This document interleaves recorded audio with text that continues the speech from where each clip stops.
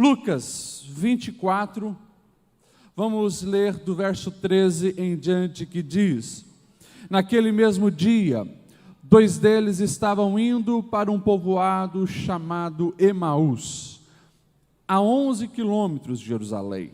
No caminho conversavam a respeito de tudo o que havia acontecido. Enquanto conversavam e discutiam, o próprio Jesus se aproximou e começou a caminhar com eles. Mas os olhos deles foram impedidos de reconhecê-lo. Ele lhes perguntou: sobre o que vocês estão discutindo enquanto caminham? Eles pararam com o rosto entristecidos. Um deles, chamado Cleopas, perguntou-lhe: você é o único visitante em Jerusalém que não sabe das coisas que ali aconteceram nestes dias? Que coisas? Perguntou ele. O que aconteceu com Jesus de Nazaré? Responderam eles. Ele era um profeta, poderoso em palavras e em obras diante de Deus e de todo o povo. O chefe do sacerdote e as nossas autoridades o entregaram para ser condenado à morte e o crucificaram. E nós esperávamos que era ele que ia trazer a redenção a Israel. E hoje é o 3º dia desde que tudo isso aconteceu. Algumas das mulheres entre nós nos deram um susto hoje. Foram de manhã bem cedo ao sepulcro e não acharam o corpo dele. Voltaram e nos contaram ter tido uma visão de anjos, que disseram que ele está vivo. Alguns dos nossos companheiros foram ao sepulcro e encontraram tudo exatamente como as mulheres tinham dito, mas não viram. E ele lhes disse: como vocês custam a entender e como demoram a crer em tudo que os profetas falaram? Não devia o Cristo sofrer estas coisas para entrar na sua glória? E começando por Moisés e todos os profetas, explicou-lhes o que constava a respeito dele em todas as Escrituras. Ao se aproximarem do povoado para o qual estavam indo, Jesus fez como que ia mais adiante, mas eles insistiram muito com ele: fica conosco, pois a noite já vem, o dia já está quase findando. Então ele entrou para ficar com eles. Quando estava à mesa com eles, tomou o pão, deu graças, partiu e o deu a eles. Então os olhos deles foram abertos e o reconheceram, e ele desapareceu da vista deles. Perguntaram-se um ao outro: não estava queimando o nosso coração enquanto ele nos falava no caminho e nos expunha as Escrituras? Levantaram-se e voltaram imediatamente para Jerusalém. Ali encontraram os 11 e os que estavam com eles reunidos, que diziam: é verdade, o Senhor ressuscitou e apareceu a Simão. Para finalizar, verso 35, então os 2 contaram o que tinha acontecido no caminho e como Jesus fora reconhecido por eles quando partia o pão. Amém? Esta palavra, somente a leitura já nos edifica. Jesus no caminho de Emaús. E fiz questão de parar no verso 35, porque fala desse partir o pão, e hoje nós partiremos o pão, trazendo à memória essa cena, esse episódio, a morte e a ressurreição do Mestre Jesus. Todos sabemos que Jesus escolheu para si 12, que eram aqueles que caminhavam mais perto, mais próximo, mas também sabemos, e o próprio evangelista Lucas vai nos dizer no capítulo 10, o verso 1, que também o Senhor designou 72 e os enviou de 2 em 2 para proclamarem as boas novas e fazer com que o reino de Deus fosse espalhado por todos. Provavelmente nós temos aqui o nome de um desses, Cleopas. Não temos o nome desse outro. Alguns até suspeitam que possa ser a própria esposa desse homem chamado Cleopas, mas não temos certeza.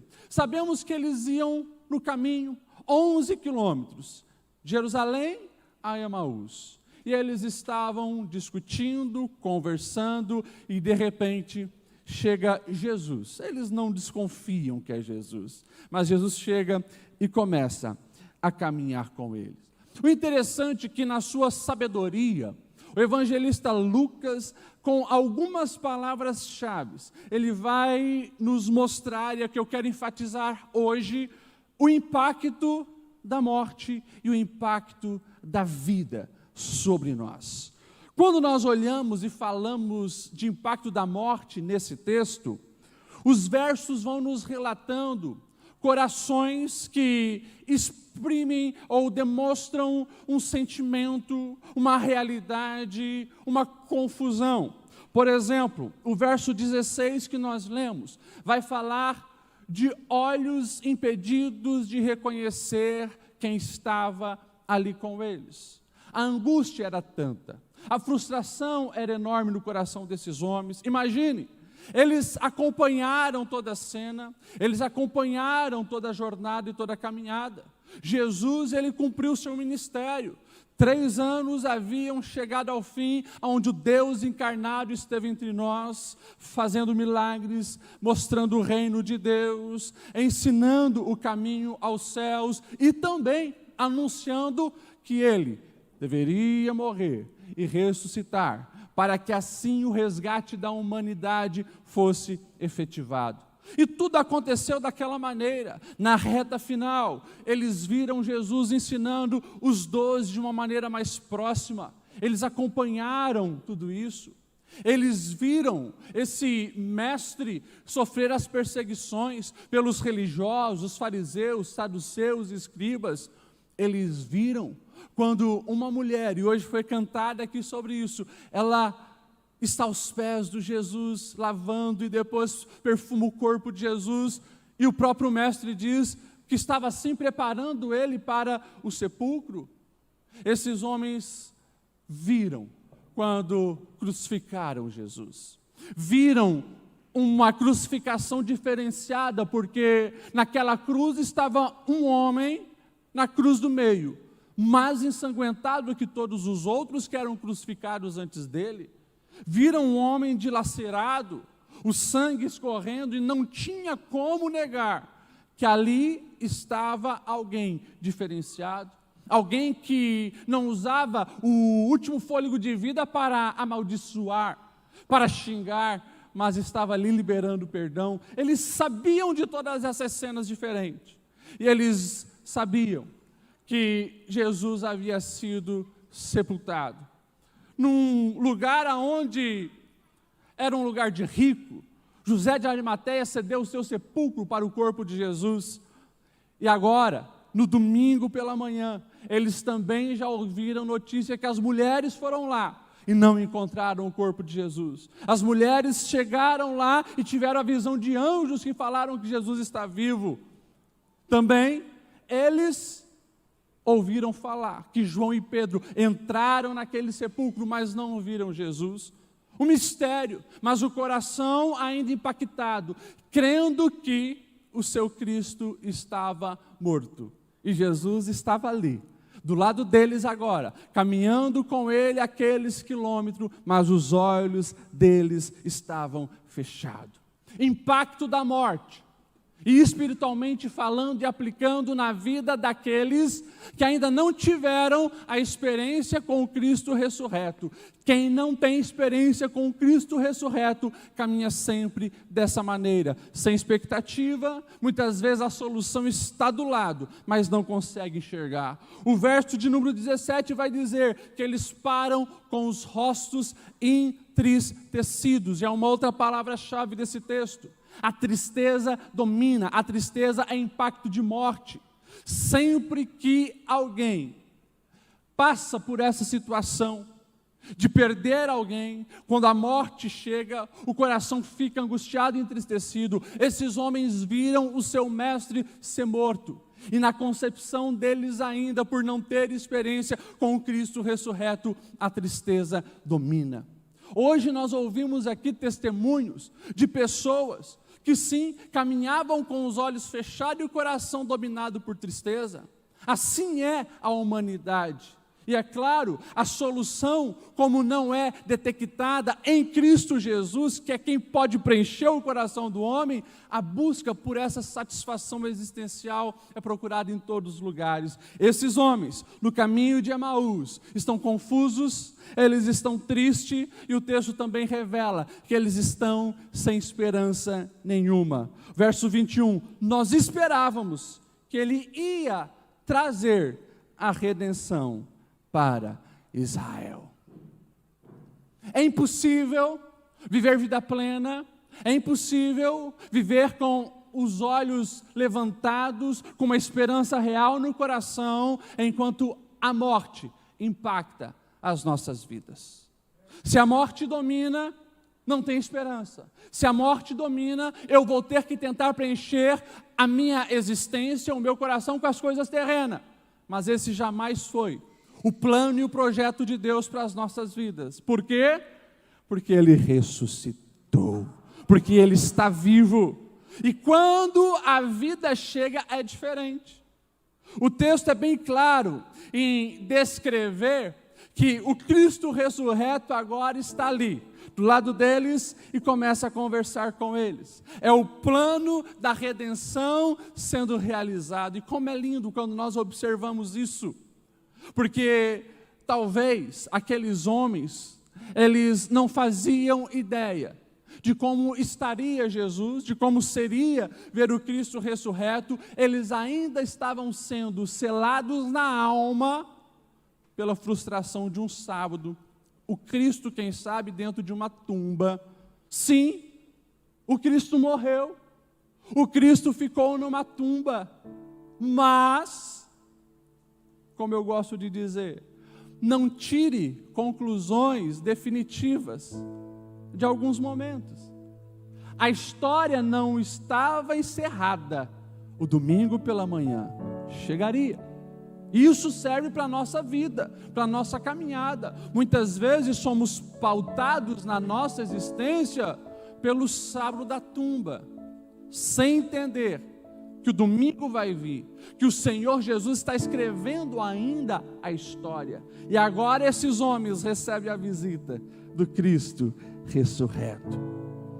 Nós precisamos entender uma grande verdade, escute isso.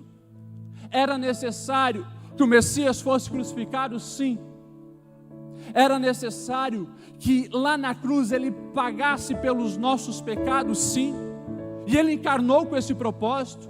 Jesus foi 100% homem para representar a mim e a você lá na cruz. E quando o meu e o seu pecado estava sobre ele, sabemos que o Pai o abandonou. Jesus mesmo na cruz diz: Deus meu, por que me desamparaste? Ele desamparou o Filho quando o pecado da humanidade estava sobre ele, para que o Senhor jamais nos desamparasse. Mas nós precisamos entender, assim como a crucificação e morte de Cristo é importante, a ressurreição é extremamente importante. O plano completo de salvação é esse. E por isso a ressurreição de Cristo é intensamente atacada por filósofos, por cientistas, por historiadores, e naquele próprio momento, por tantas outras pessoas questionando a ressurreição de Cristo. Paulo, no capítulo 15 de 1 Coríntios, ele vai deixar bem claro: nós precisamos levantar a bandeira da ressurreição do nosso Senhor, porque é pela ressurreição que nós temos a garantia que os pecados foram perdoados, é pela ressurreição que a nossa fé tem um sólido fundamento, é pela ressurreição que a nossa pregação hoje faz sentido, senão seríamos uma fraude aqui neste púlpito. É pela ressurreição de Cristo que o nosso testemunho é real. É pela ressurreição de Cristo que nós temos a esperança da glória.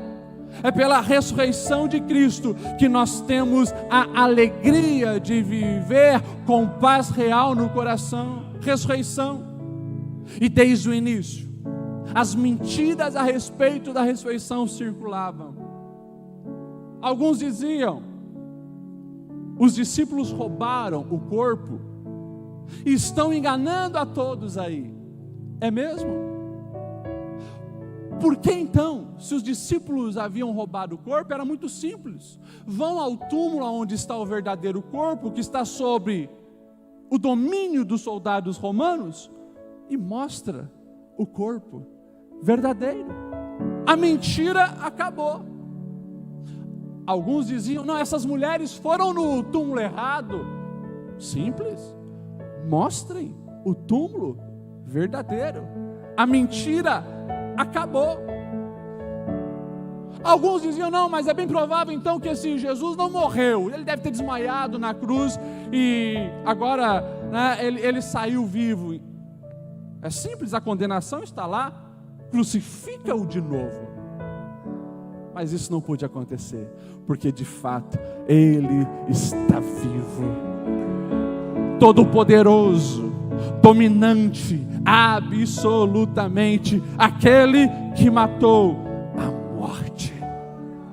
E Ele começa a se revelar.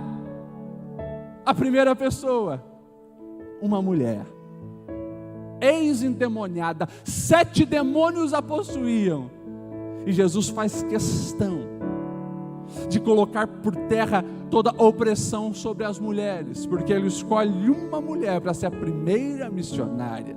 Terça-feira aqui pregava e eu falava, não tem lógica humana que explique.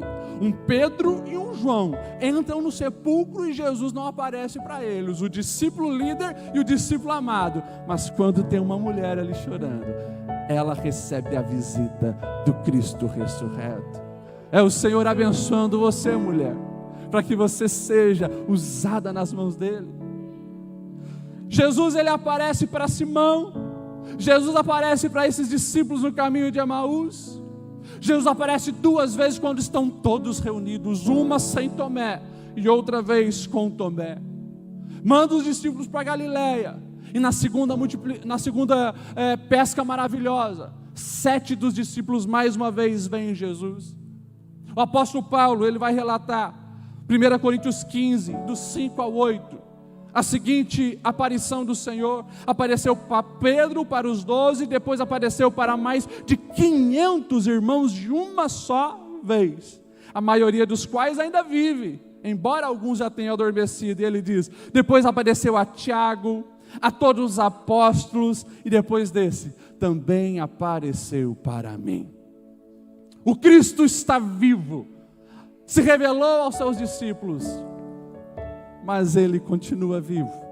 Está aqui uma multidão de discípulos que já tiveram uma experiência com esse Cristo ressurreto. Eu e você não precisamos de documentários de National Geographic falando que Ele está vivo.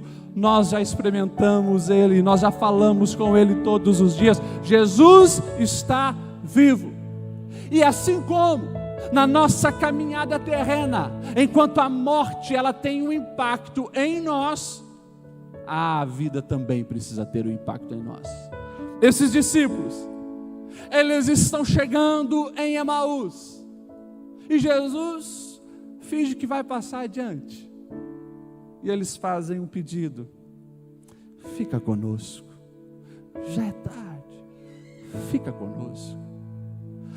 Eles estavam ali recebendo um bálsamo na alma, uma explicação em todo o Antigo Testamento que apontava para Jesus, o que era necessário Ele viver, Ele morrer para depois ressuscitar. Fica conosco. Esse é o segredo.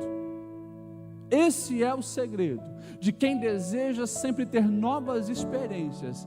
É ter fome das verdades eternas, é ter fome da palavra de Deus. E Jesus ficou com eles. Vamos comer. E o texto diz, quando ia partir o pão, os olhos deles se abriram e Jesus desapareceu. É o impacto da vida. Primeira coisa, escute isso: quando temos uma experiência com o Cristo vivo e a vida dele impacta a nossa existência, nós passamos a ter compreensão. Se a morte, quando impacta a nossa vida, os olhos estão fechados, quando a vida chega, os olhos se abrem.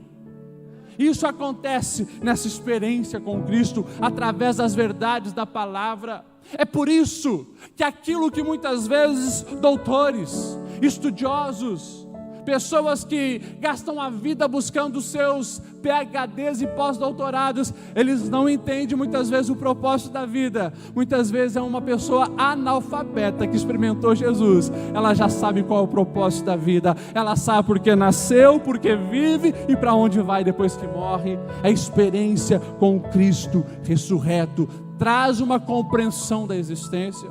Segunda coisa, o texto vai dizer que quando Jesus aparece, eles olham um para o outro. Não ardia o teu coração quando ele falava e expunha as Escrituras? Paixão. O coração arde. A experiência com o Cristo ressurreto gera em nós um ânimo, um entusiasmo, que a palavra entusiasmo é isso, é Deus em nós, nos motiva para a vida, coisa que ninguém e nada nessa existência consegue colocar na nossa alma, é só Ele. Por isso, quando o apóstolo Paulo, ele está falando de fruto do Espírito, ele vai dizer que algo lindo acontece chamado longanimidade, um ânimo longo. Quando o Espírito Santo nos domina, a gente caminha diferente nessa vida, com ânimo para viver, essa paixão que arde em nós, paixão de viver, paixão de proclamar Cristo, paixão de estar aos pés do Senhor, paixão de querer as coisas de valor eterno. Pergunta para quem está do seu lado, o que faz o teu coração arder? Que você possa ter experiência com esse Cristo vivo. A experiência com esse Cristo vivo faz arder a alma, coisa que uma balada não traz, uma droga não traz, um vício não traz, um amor terreno e passageiro não traz, mas o Cristo ressurreto traz. Ele preenche a alma, ele faz você caminhar de cabeça erguida, apaixonado pela existência. E o texto vai dizer que então, depois deles terem certeza, era Jesus, verso 33, levantaram-se e voltaram imediatamente para Jerusalém. Experiência com o Cristo vivo gera motivação na caminhada. O desânimo sumiu, porque o texto diz, eles voltam correndo. A esperança voltou. A euforia de ver o reino de Deus manifesto estava novamente latejando na alma e no coração desses homens. Eles tinham vontade de falar para todos: Ele vive, Ele vive, Ele vive, nós experimentamos Ele, Ele está vivo. É por isso que não tem como ser um cristão verdadeiro, conhecer o Cristo ressurreto e você não ser um missionário. Alguns já falavam, é impossível ser evangélico sem ser um evangelista, é impossível ser uma igreja e não ser igreja missionária, porque é até redundante isso. Igreja verdadeira, eu e você precisamos manifestar que Cristo está vivo. E que oportunidade temos nesse fim de semana da Páscoa. Muitos estão enganados. Crianças da nossa cultura ocidental nascem procurando o coelhinho, e algo tão lindinho, algo tão bonitinho, os desenhinhos de Páscoa, os coelhinhos. Mas deixa eu ser claro para contigo, se você não está ensinando do Cordeiro, da verdade de Cristo, nós estamos sendo engodados pelos planos infernais. Não podemos ter chocolate, pastor. Tenha muito chocolate, faça muita festa, mas não esqueça de dizer, é porque o Cordeiro de Deus foi abatido. Se nós enxergássemos a realidade, perceberíamos que tanto no Natal quanto na Páscoa, que apontam para Cristo, a nossa cultura, a mídia, os filmes tentam inverter. Isso é satânico, porque quem conhece o verdadeiro significado da Páscoa, daí sim, não está feliz num dia, mas tem felicidade para todos os dias em Cristo Jesus. Aqueles homens voltam e eles estão ali agora dispostos a falar, e eles falam porque eles têm certeza que todas as promessas vão cumprir. Se a promessa da ressurreição aconteceu, todas as promessas de Cristo vão se realizar. E é interessante, porque o texto vai dizer que eles falam para os discípulos no momento de euforia. Jesus havia se manifestado para Simão, e eles estavam todos ali assustados, ouvindo como foi aquilo. De repente chegam os dois do caminho de Emaús e diz: nós encontramos ele, Jesus está vivo. E de repente o Senhor agora se manifesta para todos, no meio deles aparece: paz seja com vocês. Os discípulos, essa cena é linda, chocante, mas ela precisa nos impactar, porque eles estão com medo, estão de portas fechadas. Aqueles que mataram o seu mestre estão os perseguindo. Mas quando eles têm a experiência com Cristo vivo, o final desse capítulo 24 vai falar coisas maravilhosas. Verso 52 diz: eles então, os discípulos voltaram para Jerusalém, e era grande alegria, permaneciam constantemente no templo, louvando a Deus. O verso 52 e 53. O que muda? Como assim? Uma hora eles estão trancados na casa, com medo de serem mortos, com medo da perseguição, e de repente eles saem, vão para Jerusalém, o lugar mais movimentado, vamos para o templo, e o texto diz: lá eles estão dando a cara a tapa e declarando: Ele está vivo, Ele está vivo, Ele está vivo, estão louvando a Deus. Experiência com Cristo ressurreto. Nós precisamos nessa noite, e essa é a proposição, é o propósito dessa reflexão, olharmos cada um para a nossa vida.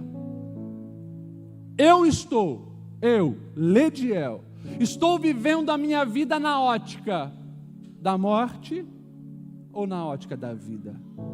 Eu estou sendo impactado pela morte, desânimo, tristeza, confusão, aflição, sem esperança na manhã, porque o meu mestre está morto? Ou eu já tive uma experiência com ele, ele está vivo, os meus olhos se abriram, eu entendo o sentido da minha vida, da minha existência, eu posso desfrutá-lo todos os dias. Ele anda comigo, Ele caminha comigo, Ele me faz mais que vencedor, Ele me revela e ensina a palavra, Ele gera ânimo na minha alma, Ele me ensina a pregar o Evangelho, Ele me é motivo todos os dias para louvá-lo e celebrá-lo. A vida em Cristo vivo precisa estar latejando na minha vida todos os dias. E se você também já teve uma experiência com o Cristo vivo, essa precisa ser a sua vida.